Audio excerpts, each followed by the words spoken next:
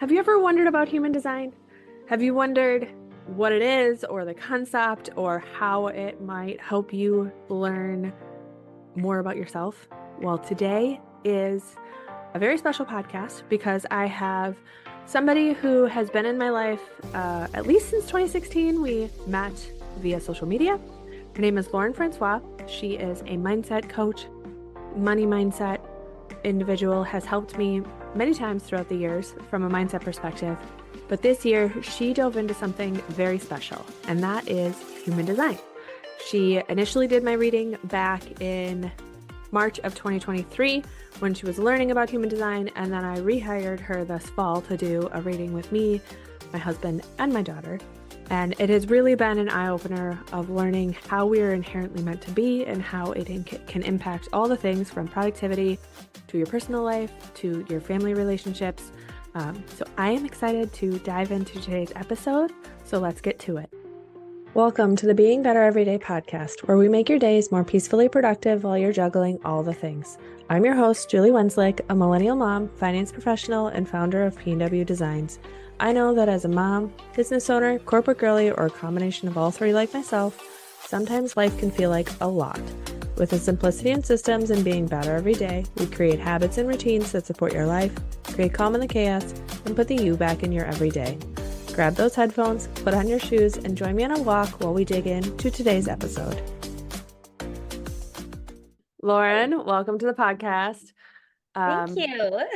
Yes, it is awesome to have you on. We have been in each other's orbits at least since 2018, but I don't know 100% for sure. I remember following you on Instagram, like when you were pregnant with Mason, which was 2016. okay. So yeah, longer with your first child.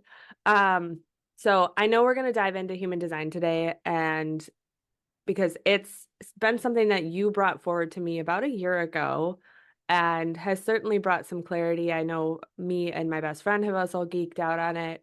But before we do that, besides the fact that we've been in each other's orbit since 2016, give me a little background of like who you are for people who don't know you. Sure. So my name is Francois. I am a mom of two. So I have a son, Mason, who is in first grade, and I have a daughter, Avery, who is in pre-kindergarten. So I am going through a transition this year. This is the first year since 2016 that I have had no children home with me during the week. I was lucky enough to be able to stay home and work from home while my kids were young, but both of them are now in school full time. So we are navigating that transition. But a little bit about me, I have worked in a variety of careers. I started out working in corporate America for 3 years after graduating from college. And then I quickly learned that corporate America was not my cup of tea. And so I transitioned out of corporate America and I worked for my family's business for 5 years, which was or still is a construction business. So I went from corporate America to like smaller family business, working in the construction industry with lots and lots of men. And I did that for 5 years. And then while I was doing that, I met my now husband.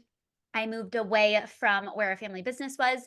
And so I knew eventually that that career was going to come to an end because I wasn't going to be able to step into the role the way that I had envisioned when I first started. And so, right around that time when I moved away and I really saw that career kind of coming to a close, I knew that I wanted to do something that I was more passionate about. And we'll talk about that within human Yeah. design. That's a really important thing. I knew I wanted to do something that I was really passionate about. I knew that I wanted more freedom, which is also a part of my human design and very important within my specific human design. I need a lot of freedom. I knew that I wanted to work from home. I live in a very small town in northern Wisconsin, and so there just wasn't a lot of opportunity for me in the areas that I had experience in. So I knew I probably was going to be doing something from home. I wanted that freedom. I wanted to do something I was passionate about. And I really wanted, to just be in control of my time whenever I got married and we decided to have kids, because I knew that was going to be a really big priority for me. So that led me to network marketing. And I discovered network marketing in the summer of 2014. And despite, other people's opinions of network marketing, I knew that it was for me. It was with a company that was doing things that I was super passionate about. I could work from home. I could make a great income. I could have complete control over my time. I knew it was a good fit. So I dove into that business in 2014. And that was really my entry into entrepreneurship. So for 2 years, I worked both for Mm. my family's business and building my network marketing business on the side. And within 2 years, I had built that up to the income that I was making with my career, with my family's business. And so I was able to quit that job and just do network marketing. And that kind of transpired while I was pregnant. So the timing of it was just so beautiful, because when I went into becoming a mom, I was already fully working from home. I was completely in control of my time. And so it was just this wonderful transition. And I did network marketing solely for 6 years. Well, 4 years after that. So Mm. I grew my network marketing business until about 2020. And in 2020, there were some things that transpired, and 2020 was that wonderful year. And Just some I things did that transpired in there 2020. were just some things that transpired in 2020. Actually, nothing that like negatively impacted my business though. A big conversation we had around that time was a lot of us that were in the network marketing business I was in, was how lucky we felt and how Yeah. grateful we were that that's what we did, because the business we were in really lended itself to the environment of 2020. And so I actually saw my business grow during that time period. And I felt like my life wasn't really interrupted that much. My kids weren't yet in school at that time. I was already working from home.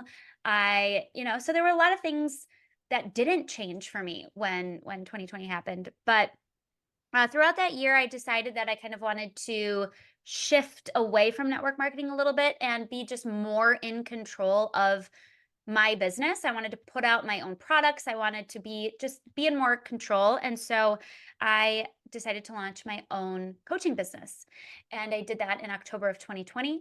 I had my first six-figure year in 2021. I had another six-figure year in 2022. And what I did was I was coaching primarily other female entrepreneurs or career women.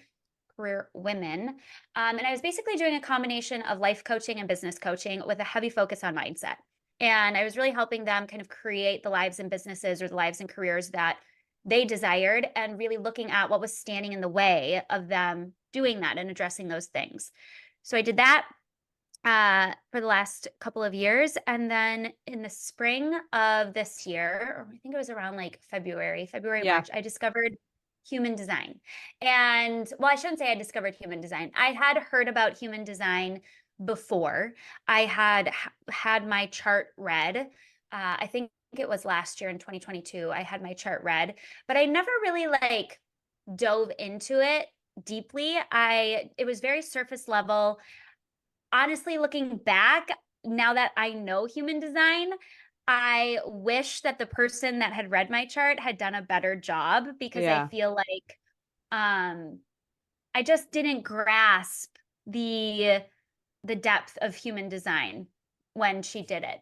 But I was in a course that went deeper into human design, and I just fell in love. So my background, my bachelor's of science, is in psychology. And so coaching, life coaching, habit creation, mindset, human behavior, all of that has always been a huge interest of mine. And human design falls right in there with that. It's like an extension of that. And so it made sense that that was something that I gravitated towards, that I was really passionate about. And so I decided to, get certified in human design to become a human design coach. And here we are. It and if I look at our, it sounds not weird to say journey, but our journey together, right? I joined under you from network marketing in 2019, but I had been following you clearly for years. And do you remember why I joined under you? I told you, but I don't know if you ever would remember it. I don't No. remember. So I still think it's funny to this day. One of the reasons that I joined with you was because you weren't pestering me. I And I actually got that response a lot. was and and I was using the products already for years. I mean, and so it was just like, well, she knows what she's doing and I don't want to be pestered. But that's, I joined as a partner in 2019. And then I actually hired you as a business coach in 2021, Mhm. where it was just the start of P&W Designs. That was the first year of doing it. You were the one that pushed me to form my LLC, and actually treat it as a business. We spent a Yeah. lot of our time doing things outside of business work. Like you said, you focus on mindset work too, and I feel like I intended to hire you for one thing, and then you pushed me to like really look at my personal life instead. Yeah, But really, that you were, tends to happen. yeah. I mean, you You were one think of, you need someone for something, and then all these other things come up. yeah. I mean, you were one of my catalysts for this whole concept of being better every day, right? That learning and growing and kind of really looking at what I actually want versus what I think I should want. And then obviously, human design, right? I was one of your guinea pigs for that in the spring, and then Yep. rehired you this fall to do me, my husband, and my daughter so that we have our charts for our entire family. And it's been fun because the Jen, who has been a guest on this podcast, also had her family all done. So all 8 of us have our charts. And so we've been able to compare and contrast, and it's been really fun to dive into it together. So, you already kind of talked about when you discovered human design, but let's back up and explain what is human design for people who don't know what it is. Yes. So human design is basically a roadmap to your unique energy. And people like to call it the science of individuality, the science of differentiation. Human design really says that we are all completely unique individuals. We all have different nuances to us. Our energy all works in slightly different ways. And I like to think of it as like a personality. You know about like the Enneagram, and you know about some of these other like more personality based um systems. I think human design is much more encompassing, like all encompassing than that. So I think it's like a personality system on steroids. It takes into account it's a combination of the Kabbalah tree of life, the chakra system, the I Ching, there's astrology associated with it. So you have a lot of the more like Eastern philosophies associated with it. Then you have like astrology that's looped in, but then you also have neuroscience, you have biomechanics, you have quantum physics.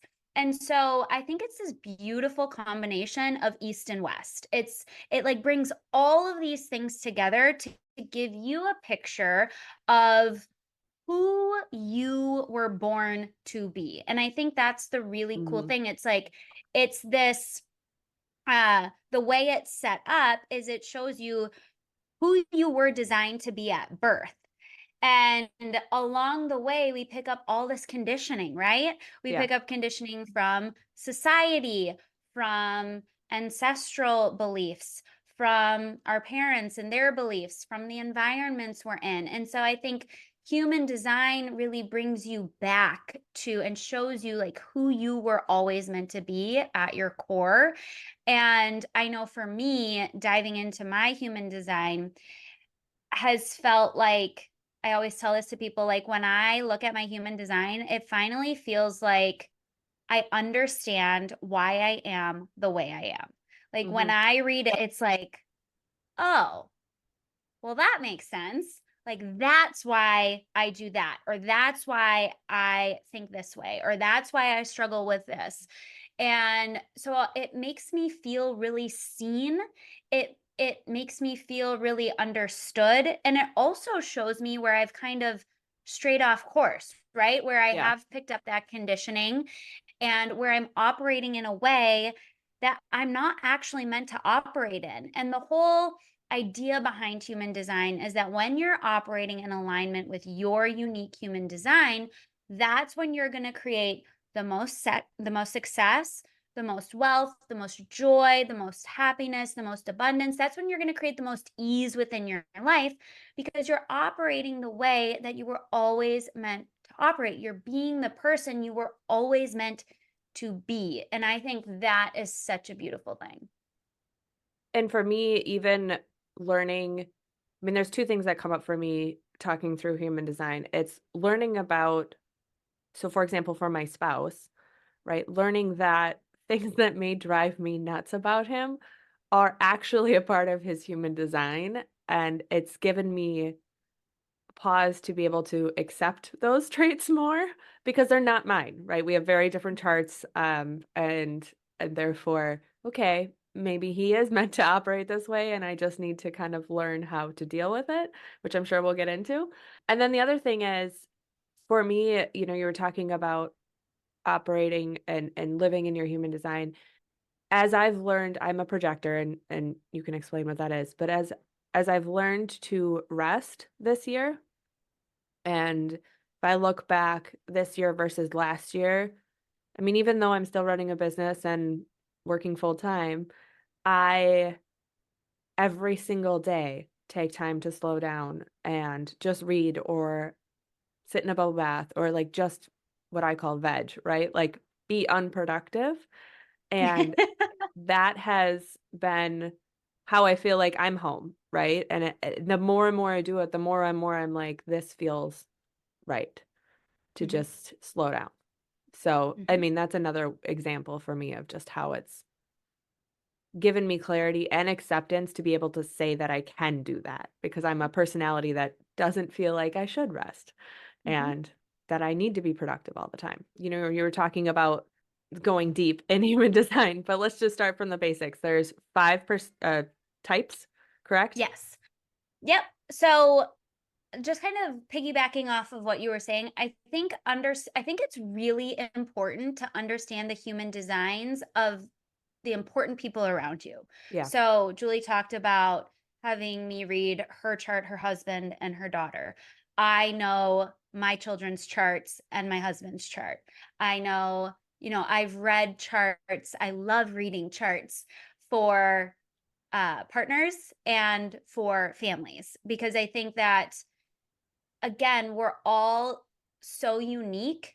And a lot of times we don't understand the things about the people in our lives that are different than us because they're different. And we try to change people to be more like us when they're not necessarily meant to be like us. Correct. And so I think understanding human design makes you a more empathetic person in Yes. general. I think it makes you more empathetic. I think it makes you more accepting of people and why they are the way they are. And that doesn't give an excuse for bad behavior, right? Like I think we all have work to do. But that has to, that kind of work has to be initiated from within. No, you can't force someone to go on a self-discovery journey.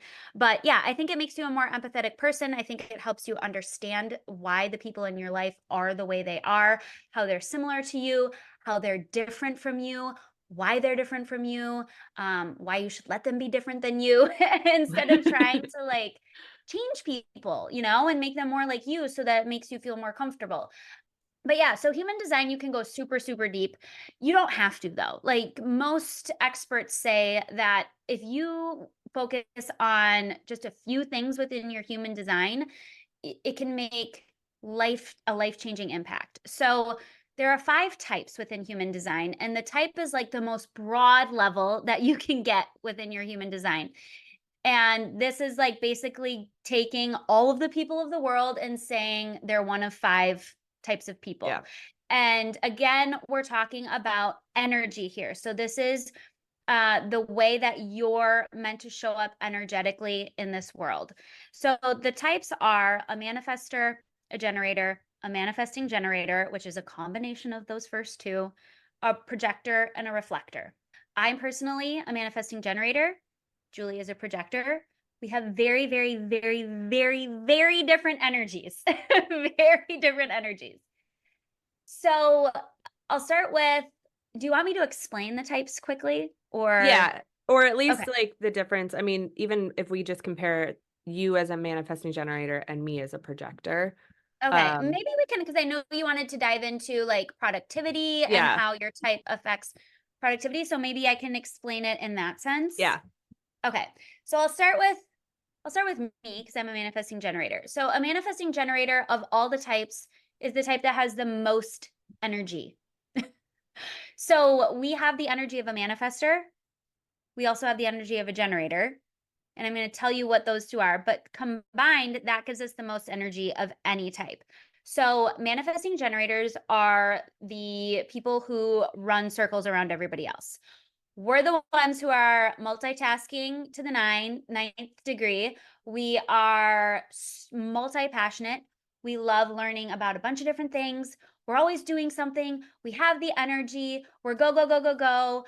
We move very quickly, sometimes to our detriment. We like to skip steps because we're in such a rush. But we have all of this energy to work, and we like to work on a lot of different things. We like to check things off our to-do list. We like to learn. And so we can work. We can work. And it's good for us to work. The thing with manifesting generators is, well, the thing with pretty much any type is it's really important that you're working on things that light you up. And so you're going to get drained if you're doing things that don't light you up. And I think this is really important in career, right? And this yeah, is very different from our parents' generation. With our parents' generation, it was very much about like work is work. Like you just work. Like you have to work, you just work is work. And that's changed. That's yeah, changed with our generation. And work isn't just work anymore. Work, it's important. According to human design, it's really important that you're working in a field that you're passionate about, that your work lights you up. Because when you're working on things that you're passionate about, especially as a manifesting generator or a generator, um, that actually recharges your energetic battery. So we're the people who can get lost in like a flow and work for like 12 hours straight, and it'll feel like that. Like when I get into like a flow, the time goes by so fast. And that actually gives me more energy. That work gives me more energy. So that's a manifesting generator.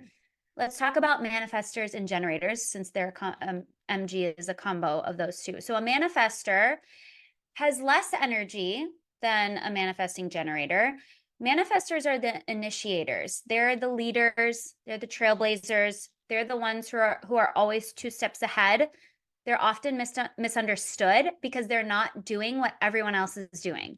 They're not meant to do what everyone else is doing. They're meant to lead us in new directions, lead us down new paths.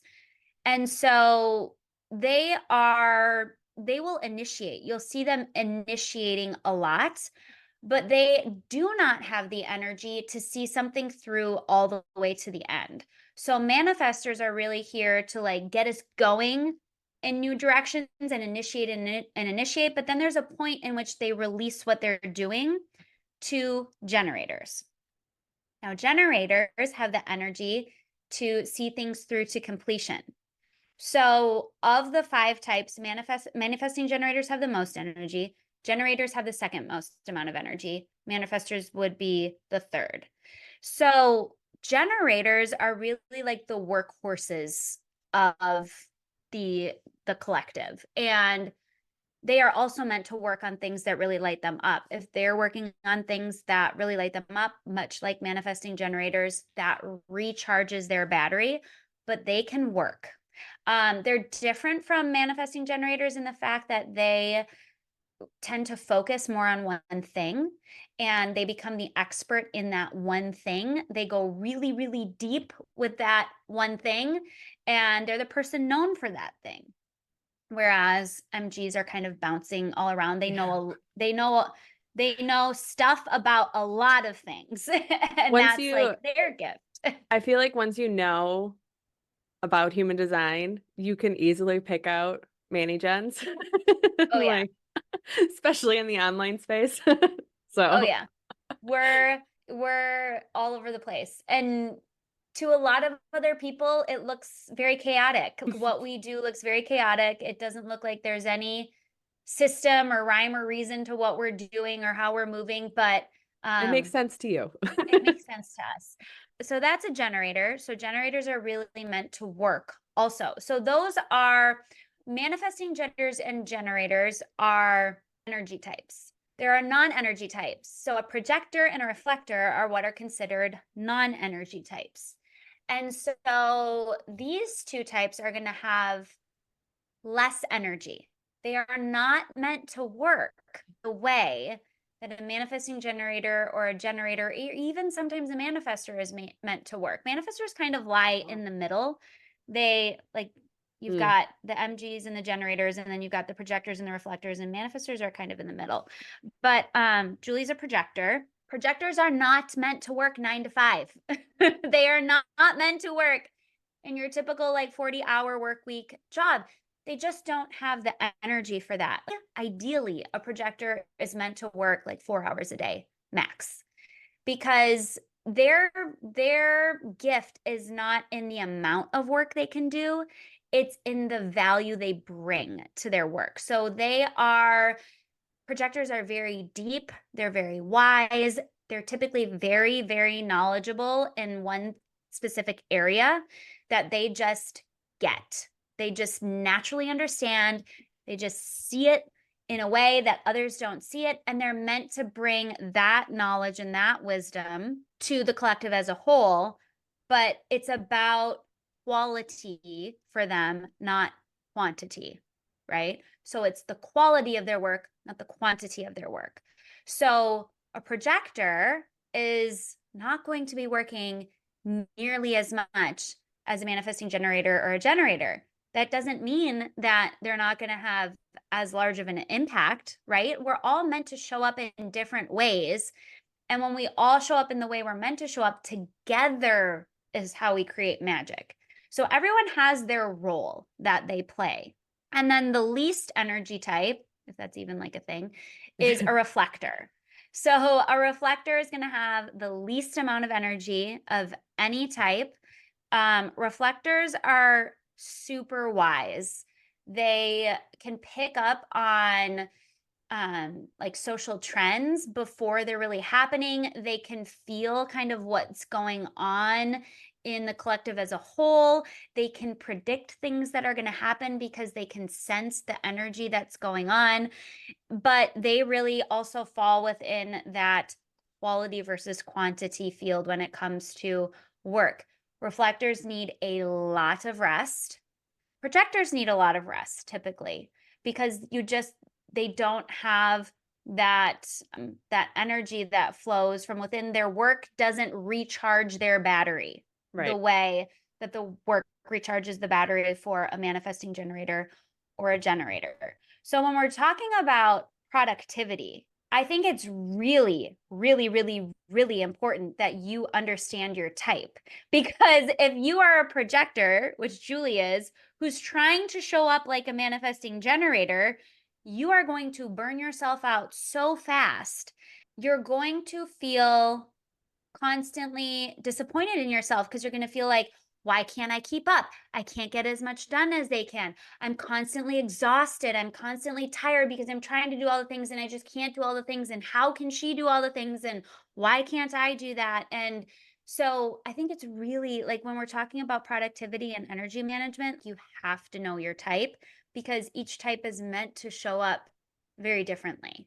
For me, learning through being a projector, I think these last couple of years in corporate America have really been a blessing for me because pre 2020, I was going to the office 5 days a week and I was there from 8 to 4:30 or 5. And I sat in front of my computer and didn't go for walks, didn't take breaks, just worked whatever the hours.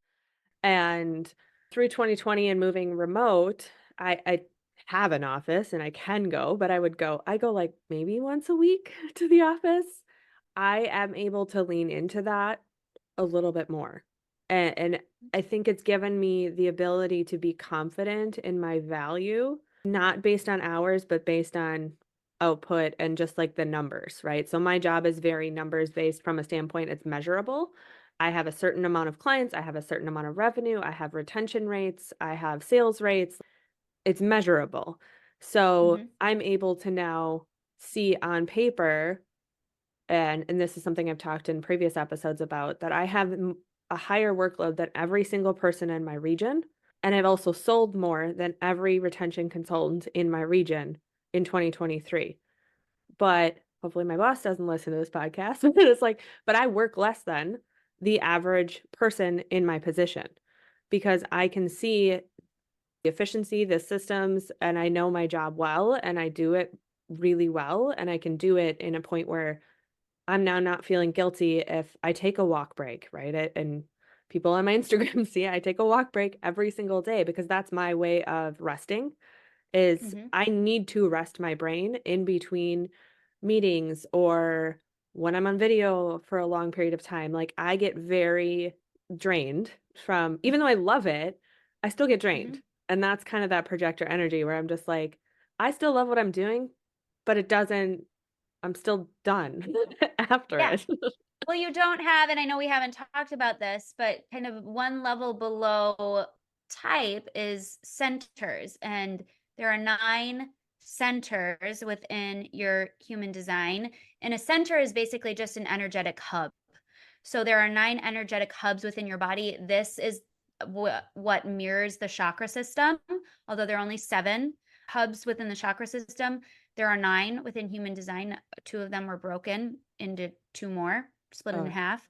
And so you have these 9 energetic hubs, and each hub holds a different kind of energy. And so when we're talking about work recharging your battery, that's called the sacral center. The sacral center is your center of life force energy, of creativity, of pleasure. And it's also the largest motor center in your body. So it's an energy generator. So basically, when you have that center defined, which means that you have access to that kind of energy from within you, that's when work recharges that battery. When you're working on things that light you up, it's recharging that sacral center battery and it's creating and more energy. Manifesting generators and generators have that sacral center defined. Every single manifesting generator and generator has that defined, which is why we can work a right. lot because when we're working on things that light us up, and it's why it's so important for us to work on things that light us up, we recharge that battery. Projectors and reflectors and manifestors do not have that center defined, which means that your work is not going to recharge your battery. And so that's why you need more rest. That's why you're not working as much, is because you're just energetically, you're meant to operate in a different way. You had mentioned when you were talking about the types and the type of work that they do, I actually really think it could lend itself well to corporate America if people Oh, understood yes. their types. Obviously, you're not I work in finance. The majority of the people that I work with are males in their 50s, right? I'm not going to get them to buy into this concept. It's just not going to happen. But if it did, I can only imagine when you work with people and you could understand, most likely there's a lot of manifestors or manigens that are CEOs, entrepreneurs, like those Hmm. initiators, right? And Hmm. then the generators might be COOs or ops people or CFOs, right? Because they're the ones that are taking the vision of the CEO into The actual, work. Yeah. yes, doing. And Hmm. then for me, it just when you explained my type, it just made so much sense because I just see things and it's really hard to explain to other people, but projectors are meant to take something existing and make it better, right? We're Hmm. not the one creating the idea, we're the one making it better.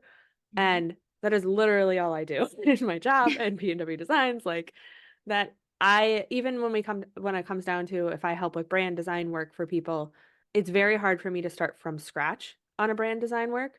But if you have the starting point, I can easily make it better. Right. Hmm. And so I again, it's just been super helpful with that. The other thing that it's helped me accept, and I don't know how to explain this, but in a way that doesn't sound, but you've told me that my aura is not that friendly. No, okay. So every type has an aura, which is like the general flavor of your energy, right? We're talking about energy, so the aura is the general flavor of your energy. And projectors' aura is very, very closed off. It doesn't have to be, it doesn't have to do with being friendly or not friendly. It's how people feel in your presence. So it's just like the energy that they pick up on from you. And so a projector is very closed off in their aura, and their aura is very penetrating. And that's because they are very deep and they're very wise. So you can see things in people that they often can't see within themselves, or you can, like, especially within your specific area, right, that Yeah. you're an expert in, you can see things that other people can't see. That can be very, it can come across as very abrasive if it's not invited in, because people haven't recognized that within themselves yet. Does that make sense? Yep. And that's So 100% me.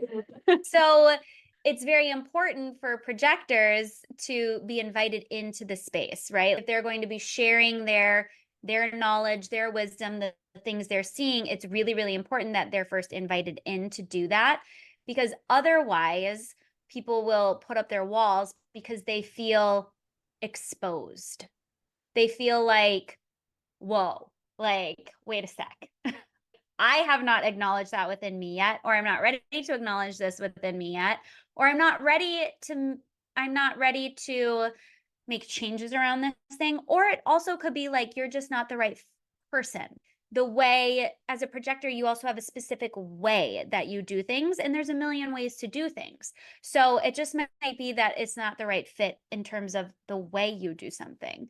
And so that's why it's very important that you're first invited in. Otherwise, you're going to be wasting a lot of your precious energy trying to convince someone that's not ready for what you have to offer. And you don't want to do that. You don't want to be wasting the energy that you have on people who aren't ready for you. You want to be using that energy on people who are ready. Now, and just to kind of contrast that, since you're a projector and I'm a manifesting generator's aura is very open, and it's open, it's sampling, it's magnetic. We are meant to draw things to us with our energy. And so it's just, again, it's just different roles that we play. And there's not like one type that's better than any other type. And there's not one way of being that's better. And I think that's really important to understand, because I know when I first learned about my type, I was like, really? Like, there were just not my type, but like certain Certain things in parts of it. my Yeah. design where it's like, God, it would be so much easier if I was just like Yeah. the opposite of that, you know? And so sometimes we can be like, oh, I wish I wasn't that way, or like, I wish I was a different way. But I think a really beautiful thing happens when you accept that that is how you were designed to be, and there's gifts in your design, right? Like every design holds its own gifts. And when we accept ourselves the way that we are and the way that we're meant to be, that's when we can truly excel, because we're not fighting ourselves anymore. And for me, one of those is the center that holds worth. What center is that? That's the ego center. Okay. Um, Yeah, because yeah, then that energy is self-worth, self-value, whether you're meant to show up in masculine or feminine energy, that's all associated with that center. and so my husband is defined in that. Mhm. He has an or defined ego center, and I think I'm undefined or open, one of the two, where so explain the difference there because I felt like that was a really good example for me of something I've struggled with and something we worked on with coaching in 2021 of me really struggling with feeling worthy, which I know a lot of women struggle with, and kind of that difference. So the ego center is unique. It is the most undefined center in the entire human design system. And again, when I say, let me explain defined versus undefined. Yeah, true. If you are defined in a center, that means that you generate that kind of energy from within you. And so you have consistent access to that kind of energy that that hub holds. You're generating it from within. If you're undefined, it means you're not generating it from within. You are picking up on that kind of energy from the people around you and the environments that you're in. So it's whether it's coming from within you or whether you're picking it up from outside of you is really defined versus undefined. So the ego center is the center of it's the center of force, it's the center of competition, it's also the center of self-worth and self-value, and when it's defined it's also the center of desire. So when it's defined, it's a very masculine energy center. So when you have this center defined, it means that you're meant to have a desire, you can push yourself to consistently take action towards that desire, and you are meant to get what you want. The problem is that 65% of the population does not have this center defined. It is undefined, which means we do not have a consistent access to willpower, force, or self-worth from within us. And so if you're someone who struggles with consistency, showing up in the same way every day, or like pushing yourself to do something, there's a million reasons that could be the case. But one thing you could look at is your ego center. Is it defined or undefined? If it's undefined, consistency is going to look different for you. It's not going to necessarily be you showing up and doing the same thing every single day. You know, we in fitness, you talk a lot about consistency. You got to be Right. consistent. You got to be consistent. And I think people think consistency is like you got to do it every day. And um, just the reality is that when you have this undefined, you're probably not going to do it every day because your energy levels in that area are going to be different every day. So, in terms of consistency, we're talking about that. So if you have this undefined, you're meant to operate more in your feminine energy, which is not forceful. It's more of that surrender energy. It's more of that receiving energy. It's relying on other people to help you. It's more of an ebb and flow. And then in terms of self-worth, if you have this defined, you're going to feel self-worth from within. You're going to have a consistent access to self-worth. And I know you and I talked about this because your husband does have this defined and you're like, he has worth, great Yeah. self-value. He feels worthy. He knows he's worthy, all these things. Again, there's so much conditioning here, especially with women and society and the history of women and all these things. So it's not as simplistic as this. But if you have this undefined, you don't have consistent access to that self-worth from within you, which means that your feelings of self-worth are going to ebb and flow. Some days you're going to feel really worthy, other days you're not going to feel worthy. And that's actually okay. The one thing that I told Julie is you don't have to feel worthy in order to be worthy. We are all worthy. One of my favorite mentors says, we're born worthy and nothing has changed. Like Yeah. we're all worthy. We're all worthy of all the things that we desire. So you're worthy. It's just that when you have this undefined, you don't necessarily feel worthy every day. And that's okay. One of the things that holds a lot of women back is they think they have to feel worthy in order to receive the things they desire. You don't have to feel worthy. all the time, especially if you have this undefined and you're not going to. So that's why it trips you up, is because you feel like I'm supposed to feel worthy and I don't feel worthy, which means I'm not worthy, which means I've got work to do. So that's a really, really big one. That's one of the most heavily conditioned centers I've done. This is also the center of like proving yourself, feeling like you need to prove yourself to be worthy, enoughness, feeling like you're not enough. That's all associated with this one particular center. And I think it's the center that most women have to work on. Probably, Yeah. it's the center I've worked on the most in terms of conditioning that I picked up along the way. And then I had to release in order to really like step into who I'm meant to be. I'm definitely still working on that. And you It's a guys, process. it's a process. It's always going to be a process. Like you definitely, like I've definitely gotten to a point where I've released a lot of it, but it's a journey, right? Like it's not like you do this work and then you're done. You just like one day you're just like, I'm done. I mean, like this is a lifelong journey that you're going on. And speaking of journeys, I feel like your changes that you're going to be making in 2024 are kind of even related to this, right? Of letting go of what you feel like you should be doing versus where you're feeling led. And I don't remember that. So on the chart, and for those on video, I'm like using my hands, but on the chart, there's these numbers on the side. And I know you're gonna have to explain the lingo, but like one of them is like your life's purpose before 39 or 38-ish, and then one's after. So Yes, what is the lingo of what that is, and how has it sure. led you to where you're going for 2024? So you have basically two life purposes in your lifetime. You have your life purpose up until about the age of like between 38 and 42. And then around that age, something happens. And this is based on astrology. This is more like astrological. But around that time frame, your life purpose shifts. And so when you're looking at your human design, can I share my screen since you have a YouTube video? Yeah. Let me just share my screen because this will make a lot more sense if you guys can see it. Okay, so hello, this is me. This is my human design chart. So this is what a human design chart looks like. These are the centers, these shapes that we were talking about. If a center is colored in, that means it's defined. If it's not colored in or it's white, that means it's open. And then here's the astrology side.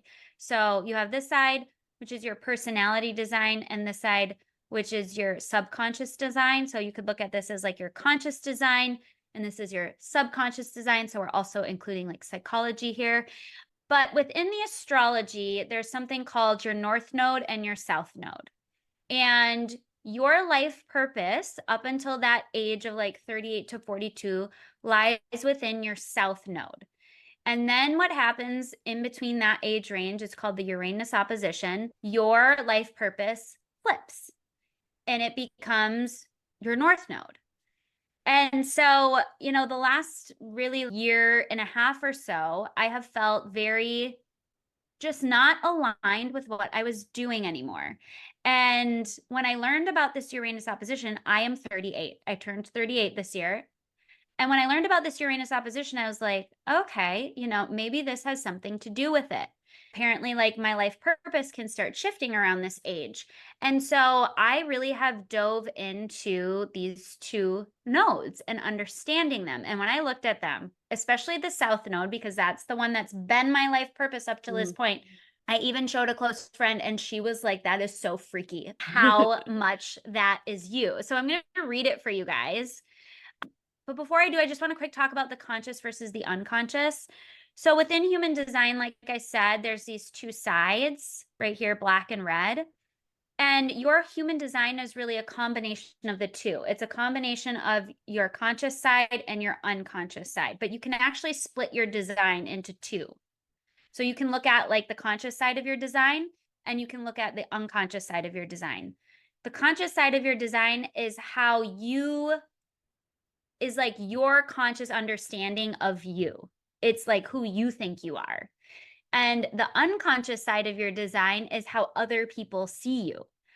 And the craziest thing is that they can be very different. So I actually split mine. So my conscious design is, which is a generator with only 2 centers defined. My unconscious design is a manifesting generator. And then again, your full design is a combination of the 2. So I just wanted to explain that because I'm going to talk about conscious versus unconscious here with regards to this north versus south node. So my conscious north node or south node is an instinctual knowing of what other people are capable of. It has a sixth sense of potential and always has a hunch on who is reliable for different tasks. It holds an instinctual memory and is designed to operate based on instincts, not logic or facts when making decisions. So when we're talking about this specific type of energy, an instinctual knowing of what other people are capable of, I have been a coach for the last Right. 9 years. Like that is what my passion was to help people see what they're capable of, to help them create the kind of life that they ultimately desired. So that was very, very, very in alignment for me. On the unconscious side, it's the capacity for creativity and this desire for self-expression, which again was very in alignment with what I was doing. I was running my own business. I was expressing myself through my business, through social media, through how I was showing up. It says this is an artist and is rooted in individuality. It attracts attention, but also needs to work alone to connect to its creativity. So this was very much when I read it, I was like, yes, that is what I have been doing for a long time. But then when I went and read my North Node, they're very, very, very different.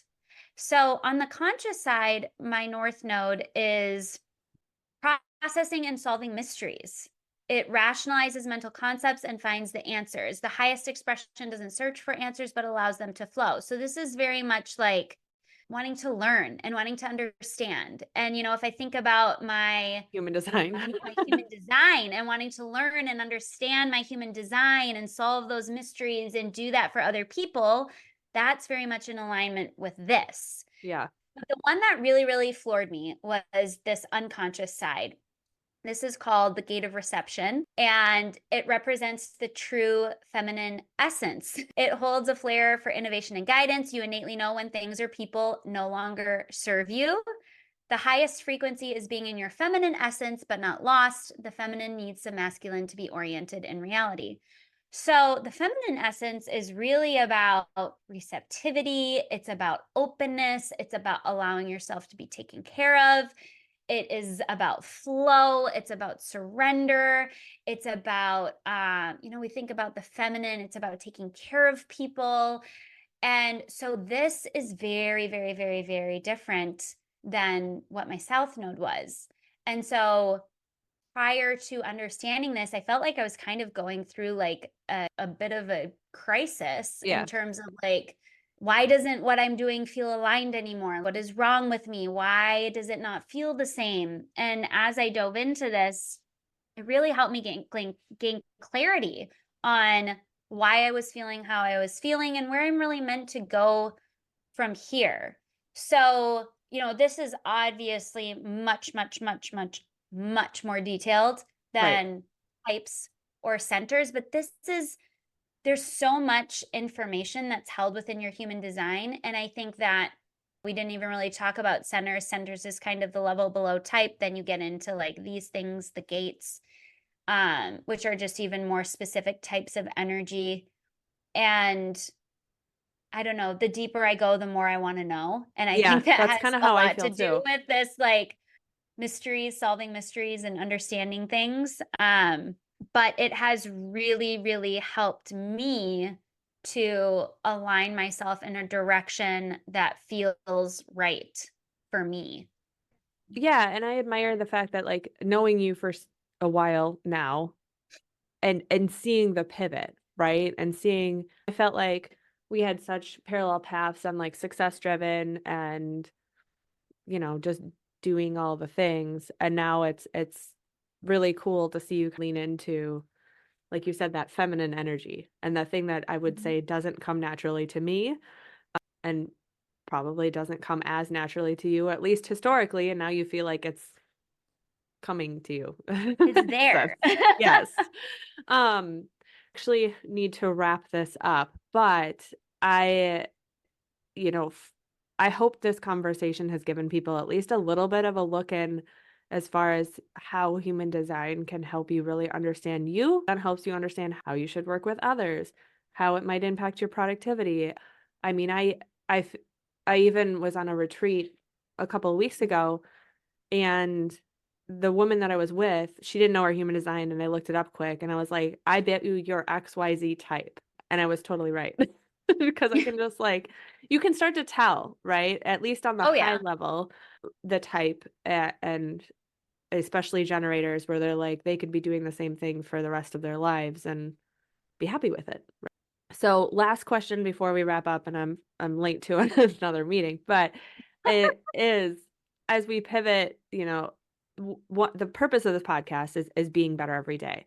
And for you, I feel like it definitely has tied into your human design journey, but what does being better every day mean to you as you look at your life and going into 2024?